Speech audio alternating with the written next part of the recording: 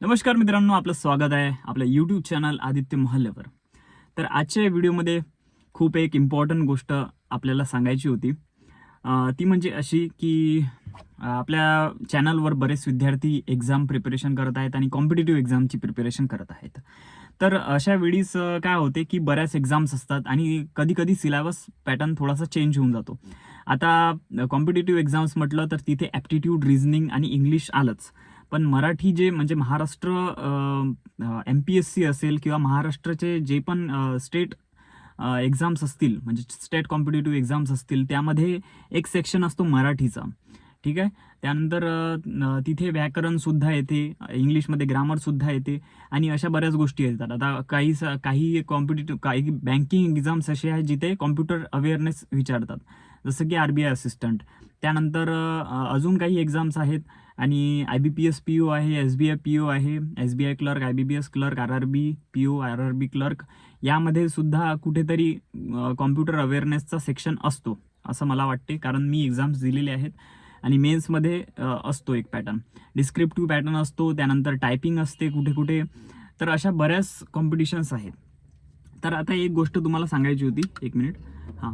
तर एक गोष्ट मला तुम्हाला सांगायची होती की जेव्हाही तुम्ही अशा एक्झामसाठी प्रिपेअर करता, जेव्हाही तुम्ही अशा कॉम्पिटिटिव्ह एक्झामसाठी प्रिपेअर करता, तेव्हा कुठेतरी वेगळीच एक्झाम, मिशलेनियस एक्झाम तुमच्यासमोर येऊन जाते आणि त्यानंतर काय होते की आपलं थोडंसं मन असं भटकून जाते.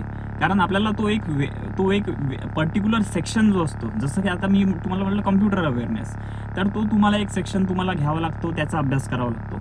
आणि यामध्ये काय होते की आपला जो मेन सेक्शन आहे, म्हणजे असा सेक्शन जो सगळ्या एक्झाम्समध्ये येतोच.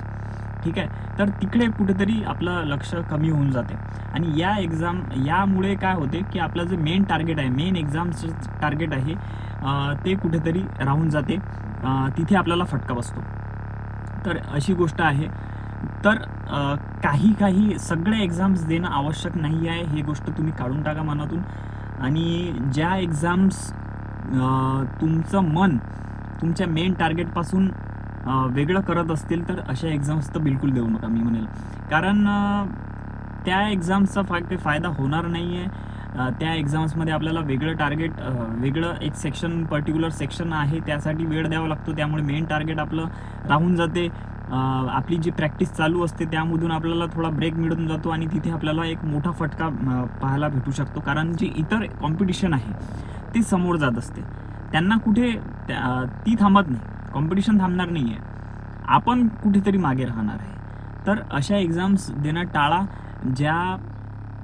अशा एक्झाम्स टाळा ज्या तुम्हाला तुमच्या मेन टार्गेटपासून डिस्ट्रॅक्ट करतील.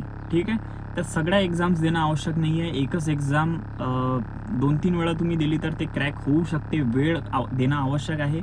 वेळ दिला तरच ती एक्झाम निघणे पॉसिबल आहे. कारण आजकालची कॉम्पिटिशन एवढी आहे, जागा एवढीशा असतात आणि ही कॉम्पिटिशन एवढी भरमसाठ असते की आपला जरी अभ्यास असला तरी आपण कुठेतरी मागे पडू शकतो.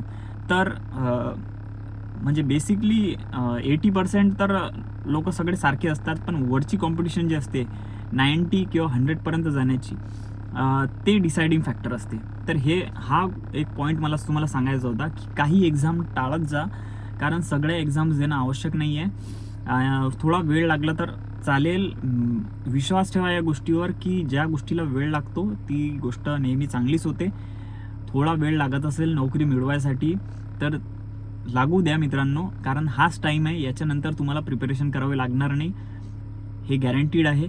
जर तुम्ही आताच चांगला वेळ दिला त्या गोष्टीसाठी तर पुढे तुम्हाला वेळ देण्याची आवश्यकता राहणार नाही. एकच वेळच द्या.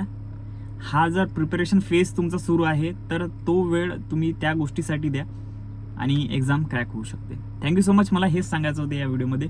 भेटूया एका नव्या व्हिडिओमध्ये. आपल्या चॅनलवर बरेच व्हिडिओ आहेत, तुम्ही पाहू शकता. Thank you so much. भेटूया नव्या व्हिडिओमध्ये.